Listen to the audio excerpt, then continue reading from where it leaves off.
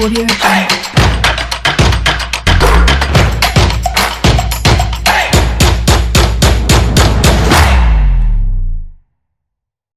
Huitième de finale retour, une première partie illuminée par les qualifs de Leipzig et de l'Atalanta. Paris jubile, Liverpool sombre, les autres clubs restent à quai. Le Covid-19 est passé par là, vous aurez tout compris. Décryptage des rencontres disputées en semaine en Ligue des Champions. Manchester United, Shakhtar Donetsk, Leverkusen ont déjà un pied et un orteil en C3. Par ailleurs, compétition plus ou moins maintenue en Angleterre, en Allemagne et en France. Tottenham à l'épreuve de Manchester United en Première Ligue. Derby de la Ruhr, Dortmund, Schalke 04 en Bundesliga.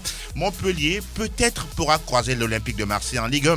La Serie A et la Liga, elles, suspendues pour faute de coronavirus. Quel avenir, quels impacts sur les compétitions de l'UEFA, les majeures, l'Euro tout de même qui va être disputé dans 12 pays. Toutes ces compétitions menacées de report.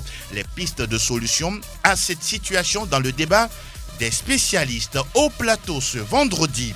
Franck Dougnama, il est avec nous. Salut Franck, bonjour, bienvenue. Bonjour Angelo Folikoué, bonjour le plateau, bonjour à tous les auditeurs. Vous vous portez bien, j'espère. On rend grâce, merci. Merci. Roméo Yetor, salut. Salut Angelo, bonjour à tous. La forme y est. Je vais bien. En face de vous, c'est Etchevi Tengue qui nous fait l'honneur d'être avec nous. Salut Etchevi. Salut Angelo, salut au plateau, salut à tous les passionnés. Vous êtes complètement... voilà quoi. Ouais, oui. Les boutons fermés. C'est également un style. Donc, c'est un style. On le fait comme ça. Ah voilà, c'est bien compris.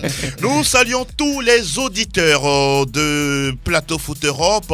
Le duo technique a pour nom Théoua Javon et l'homme à devant. La vidéo de cette émission, vous pouvez juste aller sur le www.radiosportfmtg.com pour en avoir suffisamment. Moi, c'est Angelo Folikoué, PFE 624. La dose du foot européen, ça se passe ici. C'est parti.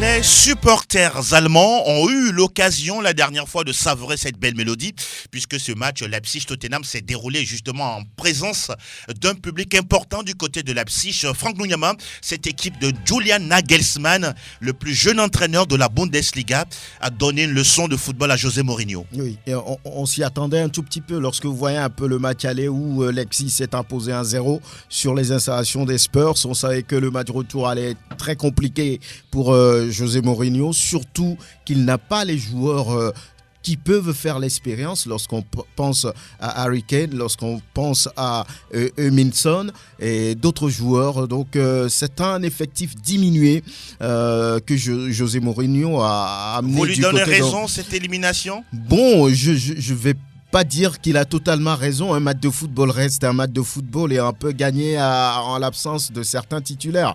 Maintenant, c'est un groupe diminué. Quand on voit un peu les prestations de Tottenham depuis son arrivée, il n'a pas totalement fait oublier Mauricio Pochettino. Donc, c'est un entraîneur qui se cherche. Il n'a pas forcément une défense bien assise. Donc, moi, j'ai envie de dire que le fait de laisser partir Eriksen est une grosse erreur. Il fallait pas parce que c'est quelqu'un qui tient très bien dans le milieu des Spurs. Donc sur ce match retour, on savait que ça va pas être facile pour les Spurs et la logique a été respectée avec une équipe de Nagelsmann qui pratiquement traque son adversaire. Vous ne pouvez pas jouer un football très rapide, porté vers l'avant. Donc je pense que c'était une défaite logique pour José Mourinho, une qualification historique logique aussi pour Leipzig. Fifi, bonjour, bienvenue, vous allez bien ? Je vais bien, bonjour, je salue tout le monde et je salue ceux qui sont en train de nous suivre en ce moment. Alors, on va parler de cette élimination de Tottenham, finaliste la saison dernière, face à une jeune équipe de Leipzig. Vous avez vu un beau match, Roméo Yetor ? Du côté de Leipzig, oui, parce que les Spurs ont joué par intermittence. On n'a pas vu une grande équipe de Tottenham. C'est vrai qu'à l'aller, c'était pareil. Mais dans cette rencontre retour, j'aurais souhaité voir un Tottenham plus agressif, un Tottenham plus volontaire. Ont-ils les moyens? Ont-ils les moyens? Je dirais oui, parce que tout se passe dans la tête. C'est vrai que Leipzig a opposé une résistance farouche qui ne permettait pas justement aux Spurs de pouvoir dérouler leur jeu. Mais quand on prend les joueurs individuellement, je pense qu'ils pouvaient faire mieux. Lucas Moura...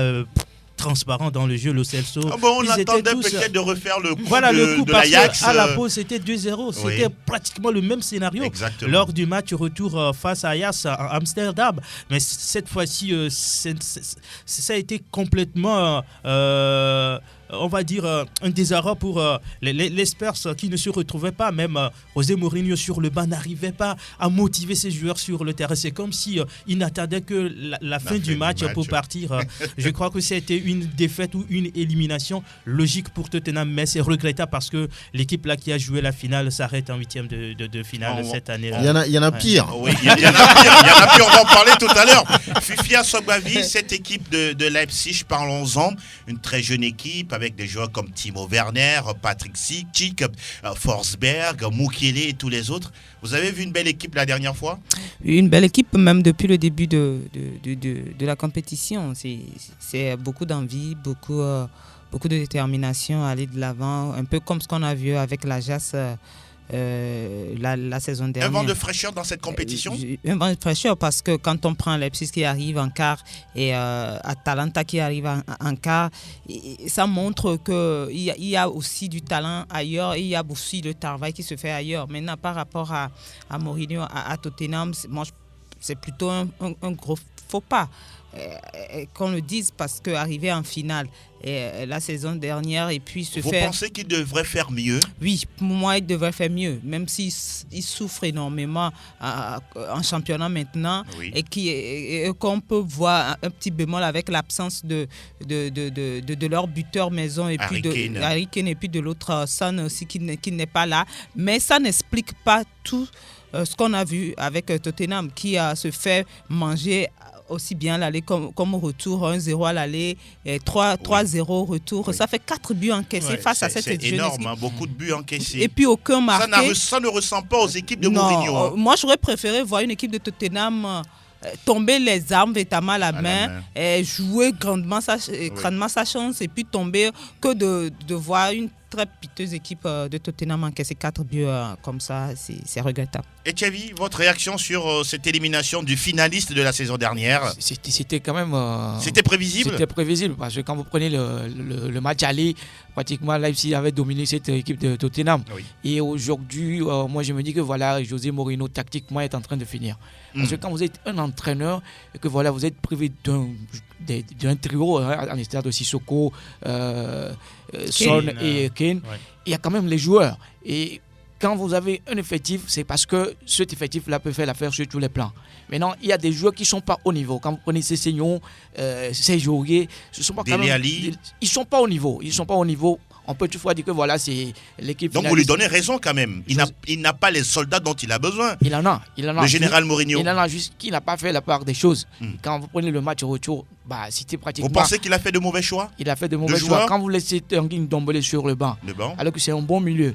Le milieu du terrain de Tottenham, la fois dernière, n'était pas ce milieu-là. Il n'y avait pas de pression. C'était très très lent dans la relance. Quand vous prenez Lo Celso, non, c'était pas ça. Et la défense, n'en parlons même pas. Et là, le jeune entraîneur a dit tout simplement aux autres entraîneurs comme quoi la jeunesse peut faire l'affaire. Voilà. Oui, moi, la jeunesse reprend du pouvoir. Je suis un peu d'accord avec Etchevi qui dit qu'il a fait de mauvais choix. Maintenant, quand vous avez un joueur qui vous marque peut-être 30-35 buts par saison et qui peut faire la différence à tout moment et qui est absent subitement sur les phases, les périodes importantes de la saison, psychologiquement, c'est des joueurs de Tottenham qui sont un peu plongés.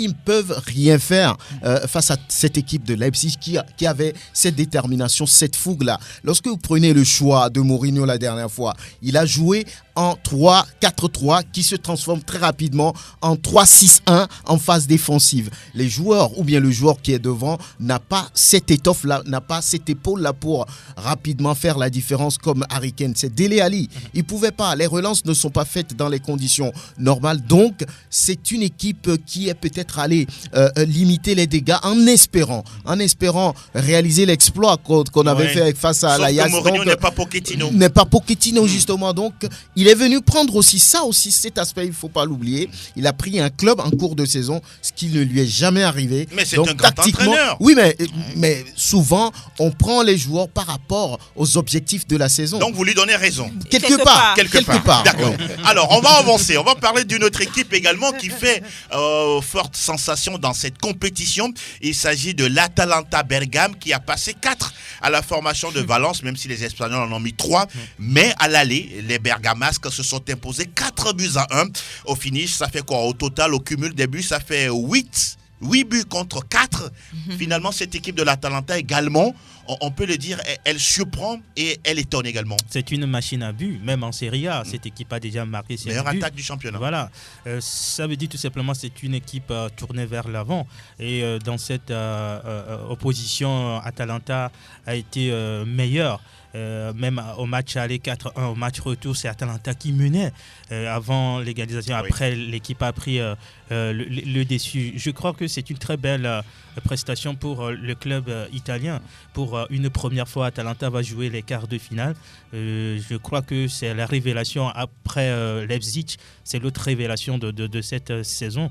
Et c'est bien pour les Italiens. Malheureusement, on sait que la compétition est perturbée par ce coronavirus, mais je crois qu'on a vécu un moment assez intéressant dans cette rencontre. Et curieusement, du côté du Mestalla, le match s'est déroulé dans un stade vide.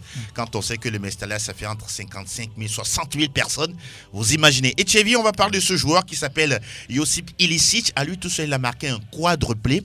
C'est sa première, justement, dans l'histoire de la compétition. Mais aujourd'hui, il a 32 ans. Voilà, c'est ce qui fait quand même mal, parce qu'il a beaucoup de qualité en tant que joueur avec ce pied gauche là.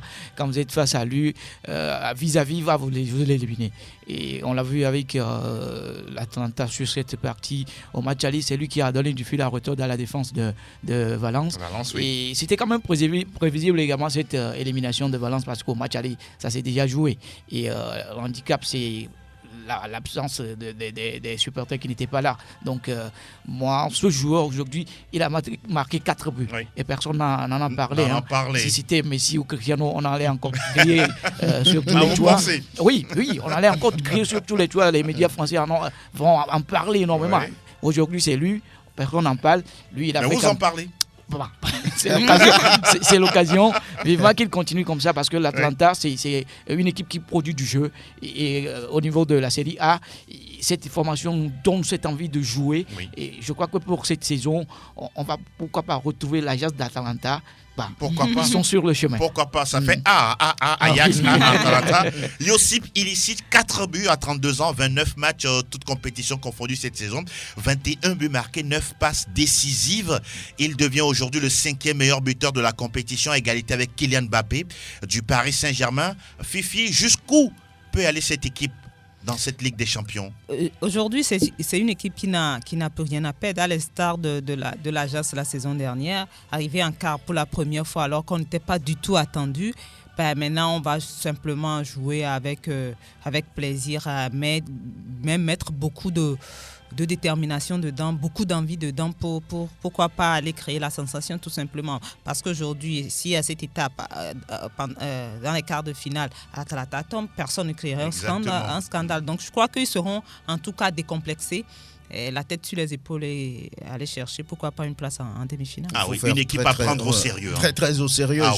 Je voudrais dire même que cette équipe d'Atalanta n'a aucune pression. Exactement. Parce que l'Ajax a déjà gagné cette compétition et on peut l'attendre à tout moment. Maintenant, Atalanta, personne ne connaît cette équipe. Donc, il faut faire très attention. Elle n'a aucune pression et le reste, ça va être du bonus. Donc, voilà. Le tirage au sort va être fait. Et puis, c'est une équipe qui évolue en 4-4 de classique.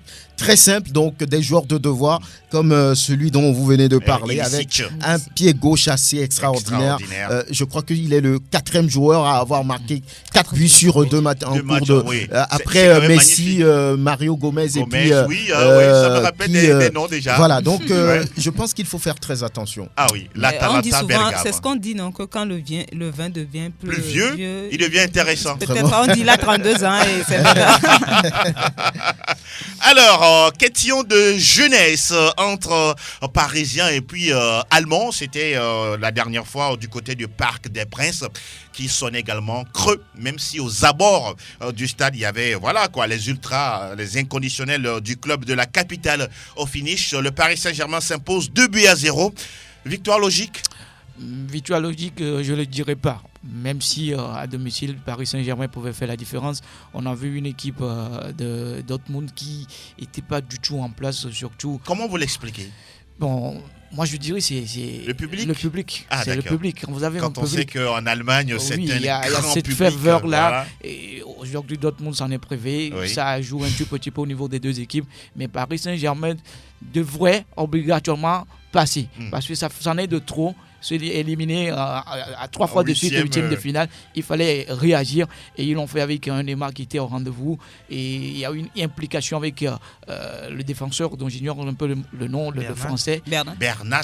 Kimpembe qui a fait quand même une bonne partie avec Marquinhos. On dirait que ça marche entre Marquinhos et on a l'impression qu'il choisit ses matchs. Parfois il est bon, parfois il est moins bon. Bon, c'est ça aussi un joueur. Donc, pour moi, sur cette partie, Dortmund a failli un tout petit peu. Oui. Parce qu'on n'a pas vu ces joueurs qui faisaient les animations. C'était pas quand même une surprise, mais bon, c'est un match, il fallait une victoire au niveau de Paris Saint-Germain. Ils l'ont fait avec des supporters qui étaient au dehors. C'est également un risque au niveau de ces supporters-là, mais bon, c'est pas arrivé ce virus-là. Heureusement. On va dire félicitations Paris Saint-Germain, mais il y a encore du chemin. Il y a du chemin. Roméo Yetor, on a l'impression, je ne sais pas si vous avez scruté les images après justement cette qualification, on a l'impression que le Paris Saint-Germain avait déjà remporté la Ligue des Champions. Ouais, comment ça s'explique? Ça fait 4 ans déjà que les Parisiens cherchent cette qualification pour les quarts de finale. Et cette fois-ci, ils l'ont eu. Je crois que c'est mérité maintenant les conditions dans lesquelles le Borussia a été éliminé. Personnellement, moi, je n'ai pas aimé parce que ça ressemble trop à un match d'entraînement. C'était pas une compétition majeure parce que le public aussi compte. C'était dans un stade pratiquement vide. Vous auriez aimé qu'on reporte ce match? Pourquoi pas? Parce qu'il y a certains matchs qui ont été reportés. C'est un match vraiment décisif, important pour le Borussia. Certes, Paris est dos au mur, donc Paris Saint-Germain avait plus la pression que le Borussia. Maintenant, le Paris Saint-Germain a fait son match avec un Neymar décidé à lui seul à changer le cours de la rencontre. Il l'a fait en marquant, en étant également au départ, à l'origine de la deuxième réalisation parisienne. Je pense que le Paris Saint-Germain a fait le nécessaire. Maintenant, quand on prend le Borussia Dortmund, ce n'est pas la même équipe qu'on a vue à la phase aller avec Haaland muselé. C'est vrai qu'on ne lui a pas donné assez d'opportunités pour pouvoir se procurer de très bons ballons. Hakimi aussi, parfois, seul Sancho a pu... véritablement Vous n'avez pas reconnu cette équipe? Non, je n'ai pas reconnu cette équipe du Borussia Dortmund. Lucien Favre était resté complètement sans solution face à Thomas Tuchel, qui était dans son jour de gloire, qui a gagné son ancienne équipe. C'est bien pour les Parisiens, mais je le dis, si c'est dans cette condition qu'il faut jouer les matchs, surtout ces matchs importants, il fallait reporter. Ah oui, ça pose question. Alors, votre Paris Saint-Germain s'est qualifié 2-0 face à Dortmund. Ah oui, on a l'impression qu'aujourd'hui, quand c'est bon, on ne parle pas de Tourelle, mais on parle plutôt des joueurs. Ça a été toujours comme ça. Mais quand ça va mal, c'est Tourelle. C'est Tourelle. Je le disais ici la dernière fois, le Paris Saint-Germain a les armes pour battre le Borussia Dortmund. Moi, je crois que même avec les supporters, le Paris Saint-Germain pouvait battre le Borussia Dortmund. Si le Paris Saint-Germain même veut gagner ce match-là. Tout à l'heure, Roméo disait que sur les 4 dernières années, le Paris Saint-Germain a été toujours éliminé en huitième de finale. Et de quelle façon et de quelle manière? D'une manière aussi toujours bizarre. C'est toujours les matchs retour qui ne sont pas bien négociés. Ouais. Et souvent, le Paris Saint-Germain gagne, prend de l'avance à l'aller, et il fallait tout simplement confirmer au match retour. Exact. Et cette fois-ci, ce n'est pas le cas. Le Paris Saint-Germain était véritablement dos au mur avant ce match retour-là. Et il fallait réagir nécessairement pour cette équipe. Et elle a su réagir. Mais maintenant, c'est normal aussi que les joueurs soient contents parce que c'est comme si on venait de briser un signe indien. Ah, d'accord. Et donc, c'est pour ça qu'il était aussi euphorique. Maintenant, il faut se remettre au travail parce qu'il y aura des quarts à jouer. Exactement. Et le Paris Saint-Germain sera également entendu. Maintenant, par rapport à cette équipe de Dortmund, on l'a tous reconnu. C'est une équipe très jeune. Oui. Une équipe jeune. Est-ce que cette équipe a véritablement l'habitude de ces matchs-là? Pouvoir... Vous pensez qu'elle est limitée? Moi, je pense que limitée, pas dans le sens de... Pas que les joueurs n'ont pas le talent. Les joueurs ont le talent. Maintenant, vous savez, les matchs de la Ligue des Champions. Il leur manque d'expérience. Il y a cette expérience-là, surtout quand vous prenez un but à la maison et qu'il faut maintenant arriver à tenir ce résultat-là jusqu'à la fin lors d'un match retour. Vous êtes à l'extérieur. C'est toute l'équation. C'est toute l'équation. Ce n'est pas aussi facile pour une équipe aussi jeune de pouvoir le faire. Moi, je pense que c'est cette jeunesse-là, ce manque d'expérience aussi qui n'a pas permis. Ils étaient peut-être trop tétanisé ou trop crispé, tendre. Voilà, avant le match et ça s'est vu sur le terrain. En tout cas, ça a profité aux Franciliens qui passent le cap justement des huitièmes. Aujourd'hui, cette équipe, elle est attendue ailleurs. Hein. Oui, elle est attendue ailleurs. Quoi qu'on dise, oui, le Paris Saint-Germain, ce n'est pas une équipe construite pour s'arrêter en quart de finale ou bien en huitième de finale de la Ligue européenne des champions. Le projet, c'est justement pour permettre à cette équipe d'aller chercher le trophée aux grandes oreilles. Maintenant, la dernière fois, il ne faut pas oublier les parades de Navas qui ont sauvé le Paris Saint-Germain. Et puis, à la 25e ou 26e minute, le tournant du match, où il y a eu un centre dans les pieds de Haaland, qui allait dans les pieds de Haaland et le tac glissé de Kipembe. Ça a tout changé. Voilà. Dortmund aurait marqué sur ce but parce que je suis sûr que Haaland va mettre ce but-là et ce tac glissé justement de Kipembe a tout changé. Donc pour moi, c'était un peu le tournant de ce match-là. Donc voilà pourquoi d'ailleurs beaucoup l'ont remarqué que l'axe constitué de Marquinhos et de Kipembe était très important et si ça aurait été le même scénario si Thiago Silva était là. Je ne pense pas parce qu'il n'avait pas cette habilité de. Si c'était lui sur ce ballon, il pouvait pas dévier le ballon. Mais il faut reconnaître que Kipembe aussi commet des fois ça c'est la vie d'un joueur. Donc la dernière fois, Thomas Tuchel a bien fait les choses aussi en changeant un peu, en mettant un 4-4 de classique ou bien un 4-2-4 pratiquement, avec Neymar, Cavani et puis Sarabia et Di Maria.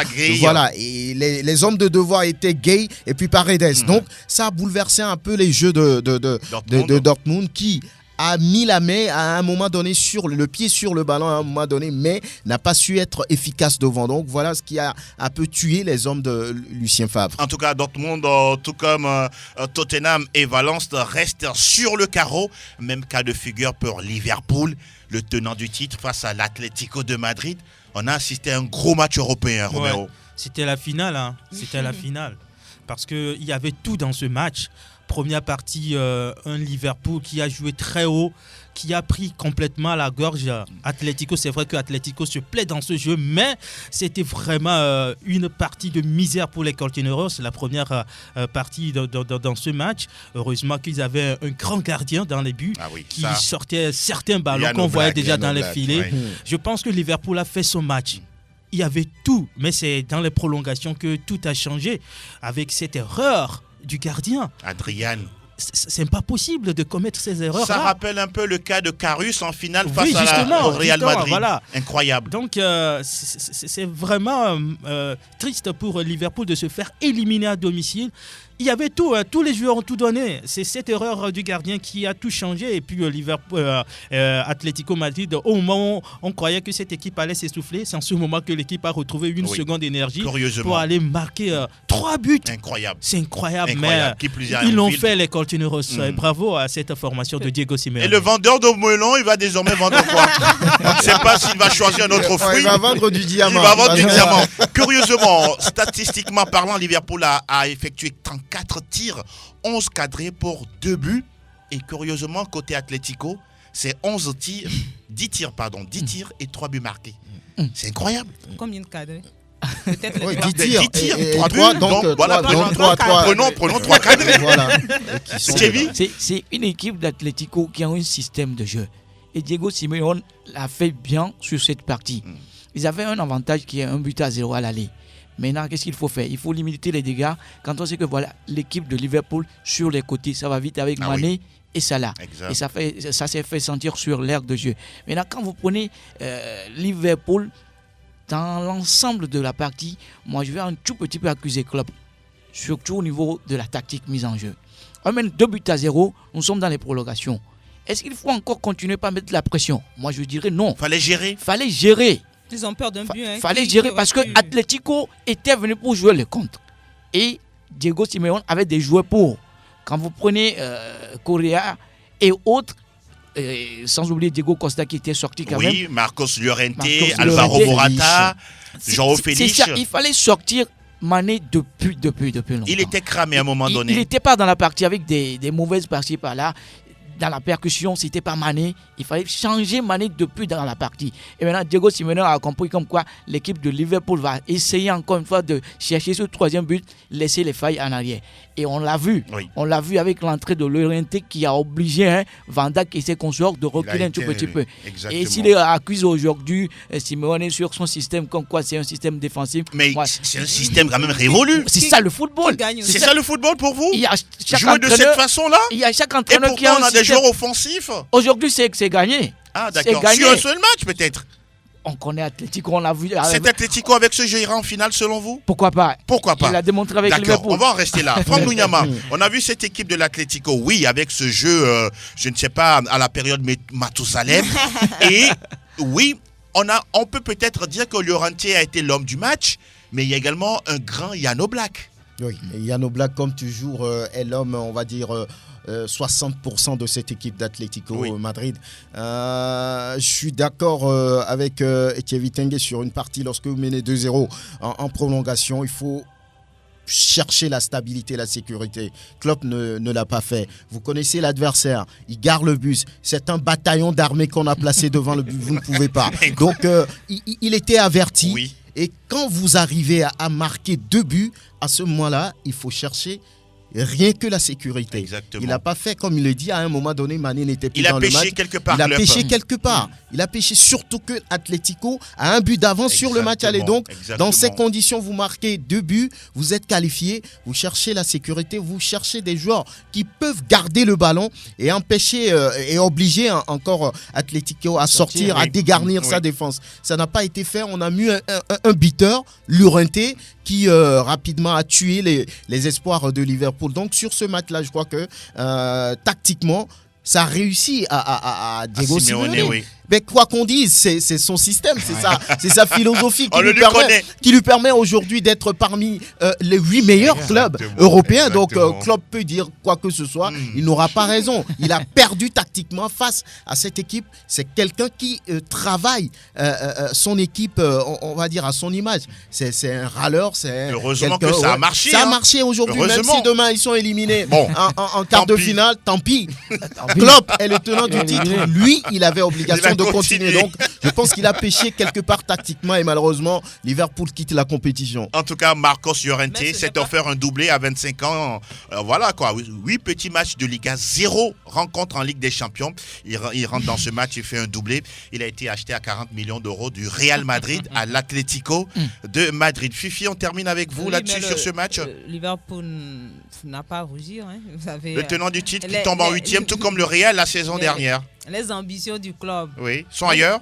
Moi, pour cette saison, je dis les ambitions du club sont ailleurs. Ils auraient voulu continuer l'aventure, mais pour eux, c'est la première ligue. Après 30 ans, ils sont déjà pratiquement à 80% champions. Ils sont à 6 points. Voilà, voilà qui est dit. Voilà, plus arithmétiquement parlant.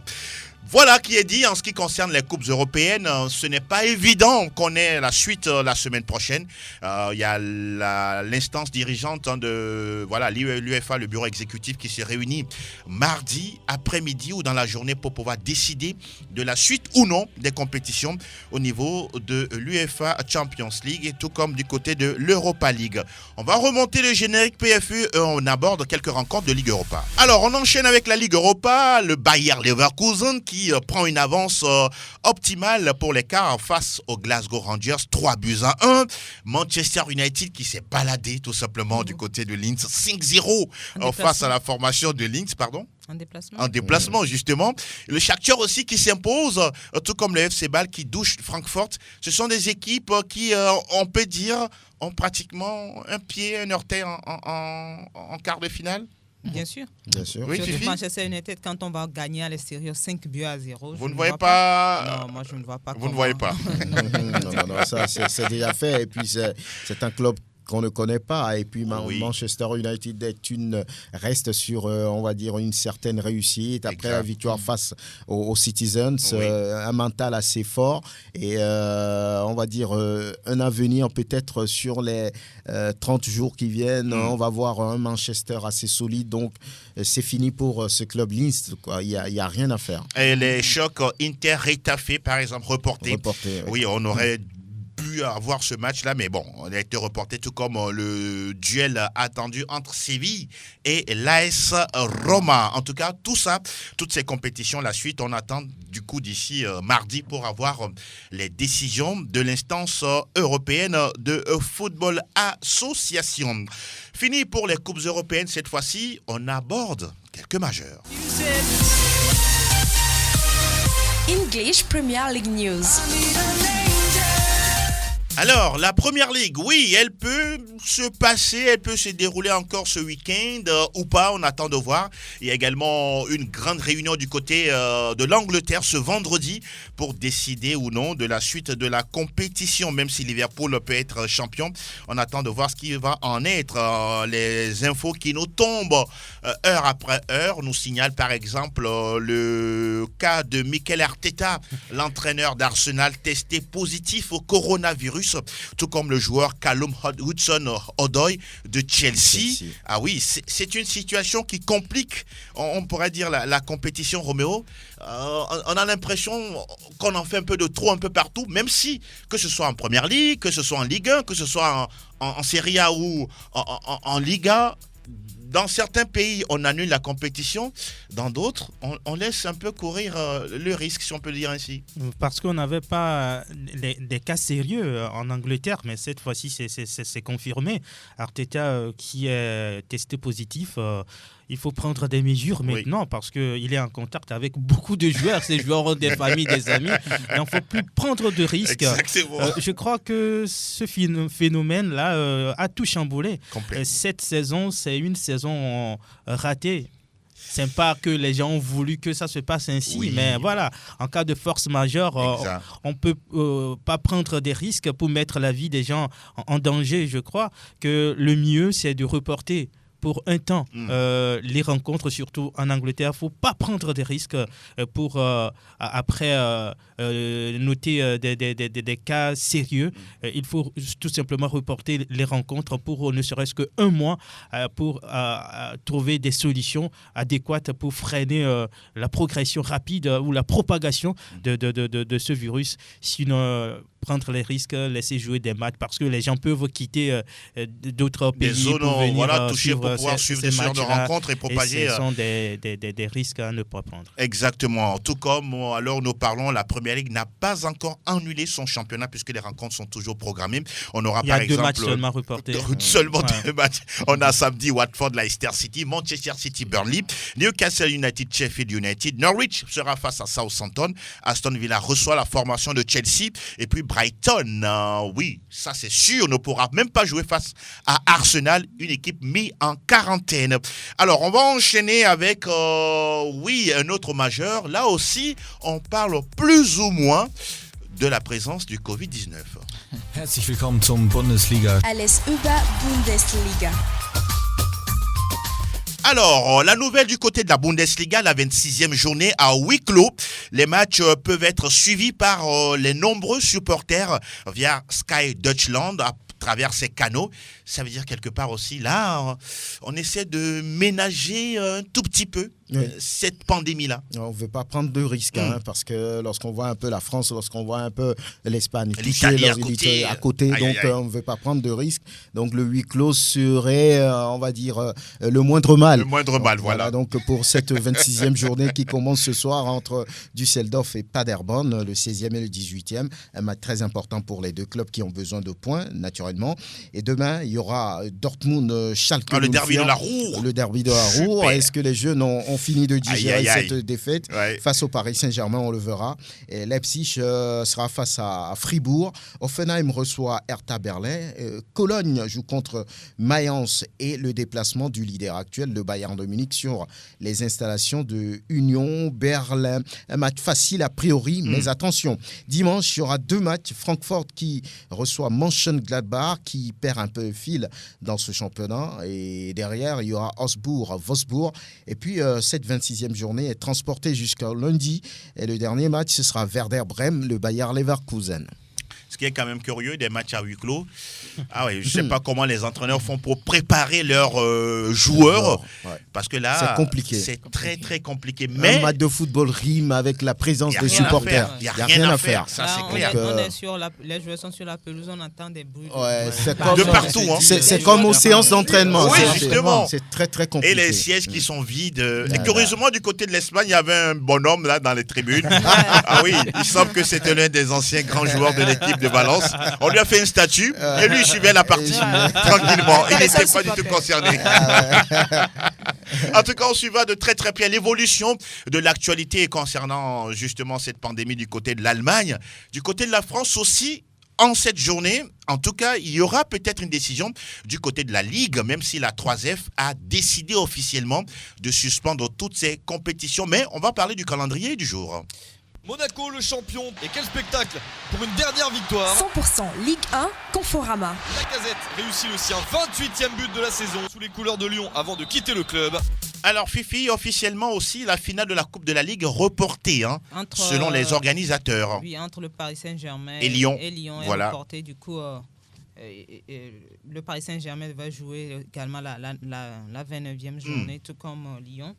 Et Lyon, ce soir, reçoit Reims. Bon, normalement, Lyon aussi n'a pas droit à un faux pas dans cette compétition. Oui, justement, puisque Lyon est bêtement largué maintenant par le Paris Saint-Germain, Marseille, Rennes, Nice et les autres. Et si Lyon veut jouer une Coupe continentale la saison prochaine, surtout la Ligue des Champions, c'est le moment de réagir. Et je pense que c'est une très belle occasion pour Lyon de réagir. Ce sera face à Reims. Reims qui est également très solide des fois, mais je pense que Lyon aujourd'hui a quand même les armes pour pouvoir venir à bout de cette équipe. Ah, voilà, la nouvelle vient de tomber justement en raison de la pandémie de coronavirus. La Ligue de football professionnel a décidé ce vendredi de suspendre la Ligue 1 et la Ligue 2 avec effet immédiat. Il n'y aura donc pas de match ce week-end jusqu'à nouvel ordre. Doit-on encore vous donner la parole? Non, c'est pour la suite. Ce n'est plus la peine. Ce n'est plus la peine. Ce n'est plus la peine. Là aussi, le coronavirus est en train de nous attaquer. Ah oui. Parce qu'on n'aura plus de matière. Exactement, à grignoter, à pouvoir à servir à nos fidèles auditeurs en tout cas. Oui, mais c'est la situation. On doit faire avec. Et là, on va essayer cette fois-ci de débattre un tout petit peu concernant l'avenir des compétitions européennes à cause justement de cette pandémie. Le débat des spécialistes.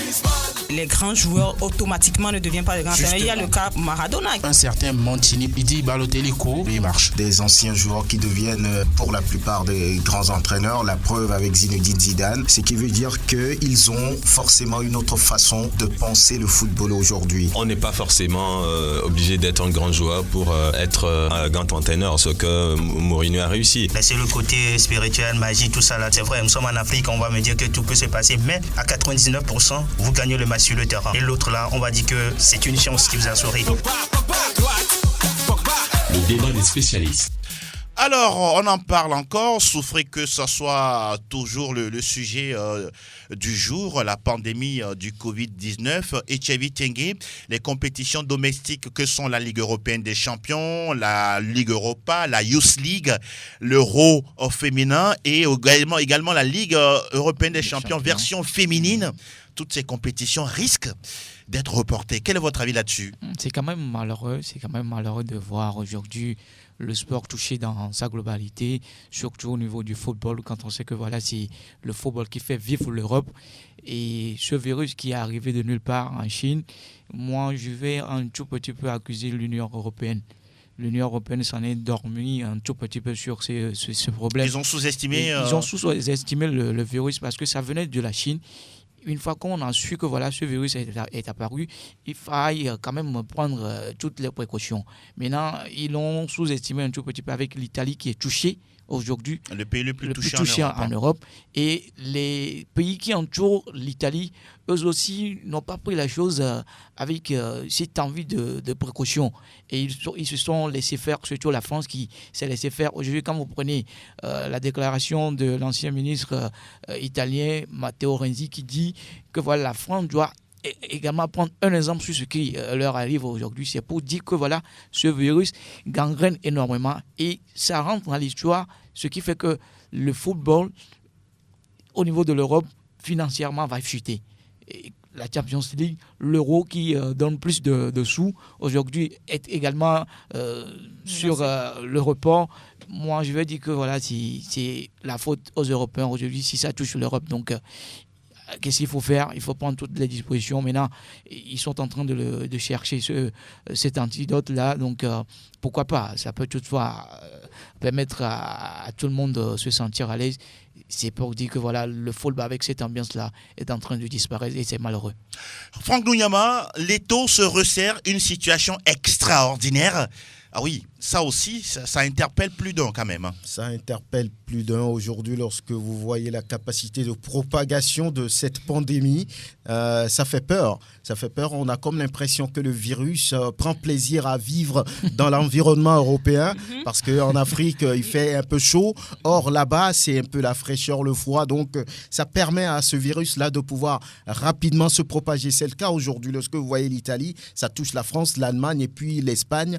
Mais c'est très dangereux pour le sport dans son ensemble et particulièrement le football aujourd'hui. Lorsqu'on voit un peu le manque à gagner, quand on parle football, on parle billetterie, on parle restauration, on parle de beaucoup de business autour, droits télé, tout. Et sur le match, par exemple, de Borussia Dortmund ou bien de Paris Saint-Germain, Borussia Dortmund, il y a 5 millions d'euros de manque à gagner. C'est beaucoup d'argent. Faites le calcul aujourd'hui. Ici, vous allez voir, c'est près de 3 milliards de CFA de perdus. Donc, on parle aujourd'hui d'un report ou bien d'une annulation de l'Euro, de la Ligue européenne des champions. Imaginez ce que ça pourrait être. Des championnats locaux, mais c'est des millions d'euros de perdus. Donc, il faut rapidement trouver une solution à cette pandémie. Autrement, le football va souffrir, le sport dans son ensemble, parce que pour le moment, je vais extrapoler un peu, on n'a pas parlé de report ou d'annulation des Jeux Olympiques. Oui, pour l'instant. Mais sur 2016 et 2020, il y a des droits télé qui coûtent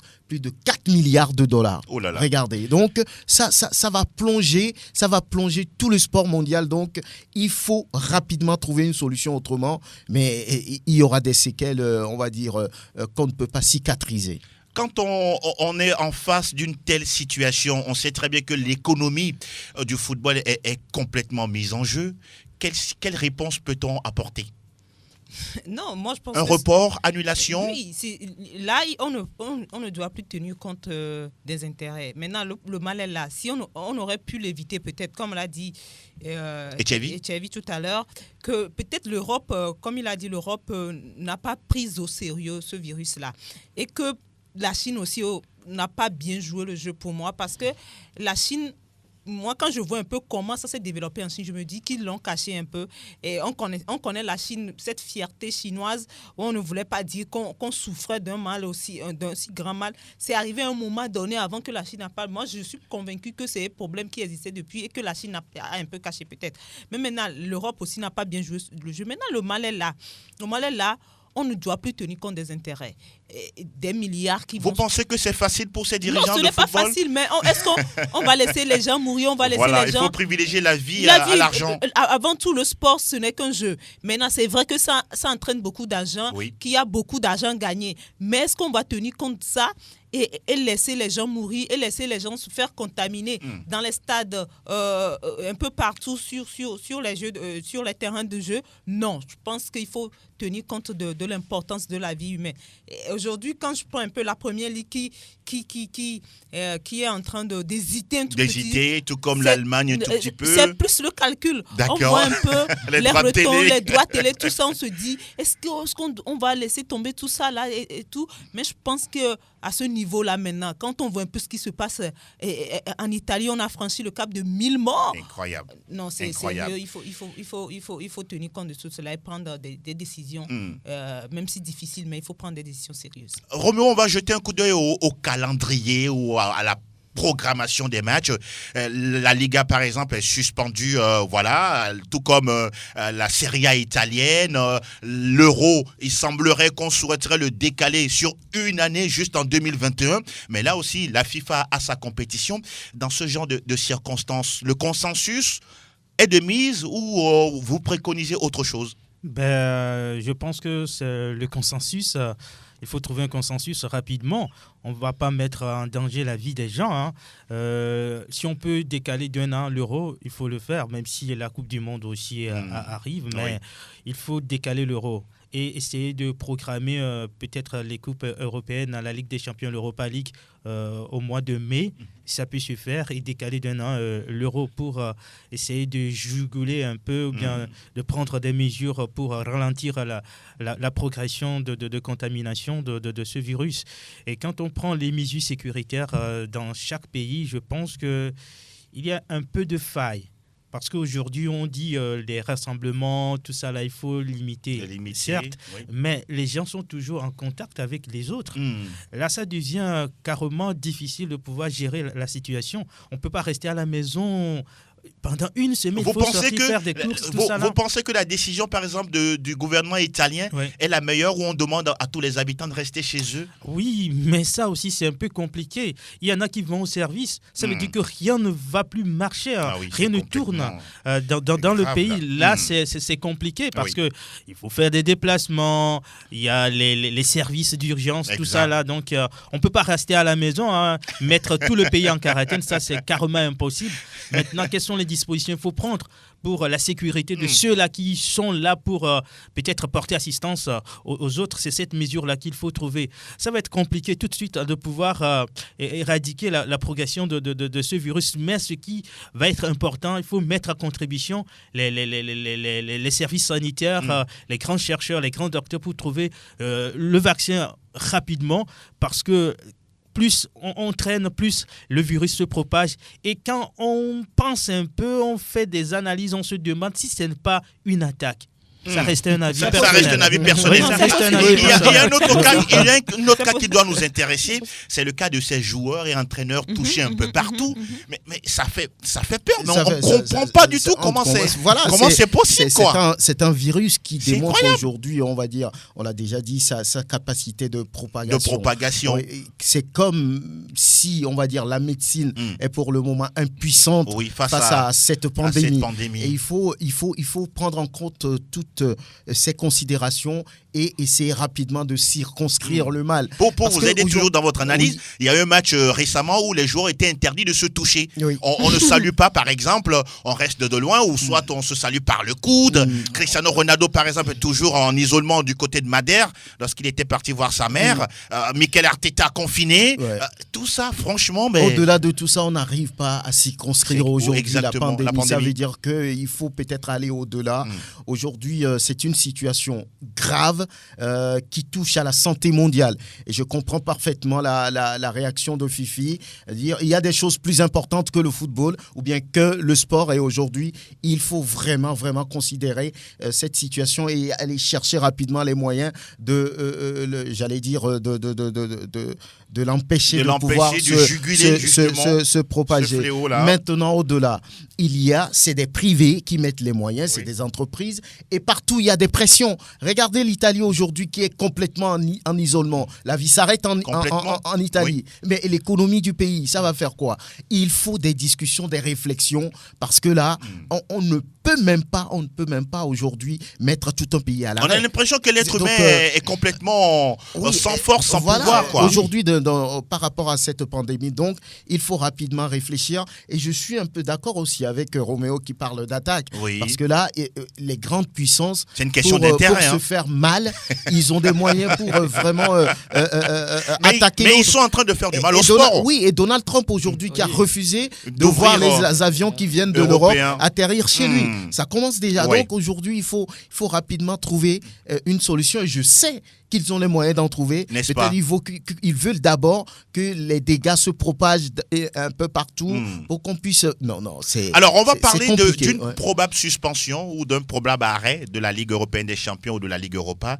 Là, c'est la meilleure solution, Oui, c'est la meilleure solution parce que c'est quand même une pandémie qui fait rage. Ça a touché aujourd'hui. Et on va la jouer comment après, selon vous? Pas forcément qu'on va trouver quand même l'antidote. Donc, d'accord. on connaît dans ce mois de mars? Pourquoi pas en avril? Ils ont limité. Ou bien le 1er avril pour un poisson d'avril. Pourquoi pas? On en trouvera l'antidote. Mais suspendre la Ligue des Champions pour un moment, c'est la meilleure des solutions. Les joueurs sont touchés. Et si les spectateurs sont là, les entraîneurs sont touchés. Donc, les pays. Suspendre la Ligue des Champions, ça permettra à tout le monde de faire les points. Et également à certaines équipes qui n'ont pas leurs joueurs en forme d'en profiter. Donc, pour moi, suspendre la Ligue des Champions est la meilleure des solutions pour quand même faire partie de ce fléau de virus Corona. Officiellement, la Ligue 1 reportée, la Liga, tout comme la Serie A, il reste la première ligue peut-être dans le courant de la journée. Et peut-être aussi, c'est sûr, ils vont suivre. Ils vont suivre. C'est sûr. Et là, nous aussi, on sera à l'arrêt. Mais il y a aussi un aspect. On aura. Oui, Roméo, allez-y. Éduquer les populations. Exactement. J'ai regardé certaines vidéos amateurs sur la toile. Certains sciemment qui savent qu'ils sont contaminés font tout pour que les autres aussi soient contaminés. Oh là, ça c'est méchant. Il y en a qui crachent sur les places publiques, tout ça. C'est pas bien. Vous voyez un peu la mentalité de certains. Donc, je pense que c'est ce qui fait que la progression, la propagation de ce virus-là se fait à une échelle importante. Donc, il faut éduquer les gens, leur sensibiliser. Si vous êtes atteint, le mieux c'est de se diriger vers un centre sanitaire pour une prise en charge. Vaut mieux de vouloir contaminer les autres aussi. En tout cas, rappelons que certains patients en guérissent, il faut le reconnaître. Si vous avez une immunité assez forte, vous résistez justement à l'effet de ce Covid-19. En fait, c'est comme la grippe normale, la grippe que nous attaquons. Oui, justement. Il n'y a pas de médicaments. Ce sont les symptômes qu'on guérit, qu'on traite. Et puis, à la longue, l'immunité même nous permet de pouvoir rapidement rétablir tout ça. En tout cas, vivement la solution est le plus vite possible pour le sport mondial, notamment le football européen. Nous, c'est notre matière ici. Alors, petit à petit, on a essayé de parler de tous les sujets au menu et on va justement saluer quelques personnes qui nous sont chères. Et je salue mon grand frère Germain, sans oublier Baba Mouta, tous les passionnés de partout foot et tous ceux-là qui connaissent Etchevi. Fifi? Bon, moi, je salue tout simplement tous ceux qui nous écoutent. Et ici aussi, c'est vrai qu'au Togo, ce n'est pas aussi menaçant que ça, mais il faut quand même prendre les mesures. Voilà, les règles d'hygiène, comme cela se doit. Important. Nous, quand même, à Sport FM, on prend le temps de passer un message à tous les milliers d'auditeurs que nous avons un peu partout. Franck Nounyama. Oui, bonjour à tous ceux qui prennent un peu de leur temps à nous suivre. Bonjour à Esther, Charlie, Pascal, Kenneth, Daniel. Bonjour à tout ce beau monde-là et surtout, attention à cette pandémie. Et on rappelle, ce n'est pas du foot, mais ici au Togo, ça nous intéresse que le cross-country prévu en avril est reporté pour 2021. Officiellement, ça c'est clair parce que là, il est partout. Il est partout. Donc à nous de prendre les mesures qu'il faut. Roméo Yétor, on finit avec vous. Alors, mes salutations à Delaïté, le confrère qui nous suit à Thiviers, Pascal Sévan, Gildas Dadewi, Momo Le Barcelone.